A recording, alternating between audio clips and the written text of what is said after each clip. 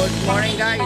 Ayan nga pala ang mga tropa pitch nating magsisipag-batak ng niyog. Sila'y marami at iiwasan po naman nila ang CCTV. Ayan. Naayos po at pinatanggal na nga po yung nasirang CCTV at ibabalik na lang ng bago ng ating kasamahan. SG si Cabral, nandito rin siya at ang aming YC. Ayan yung ating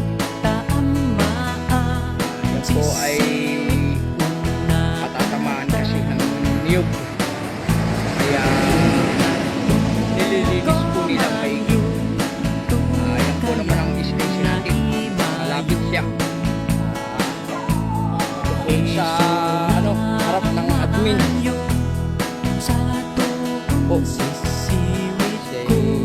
Nag-iwan ng bag.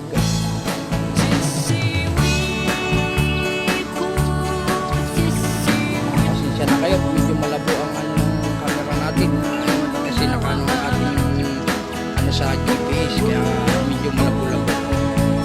Hanggang dito na lang at mamaya ninyo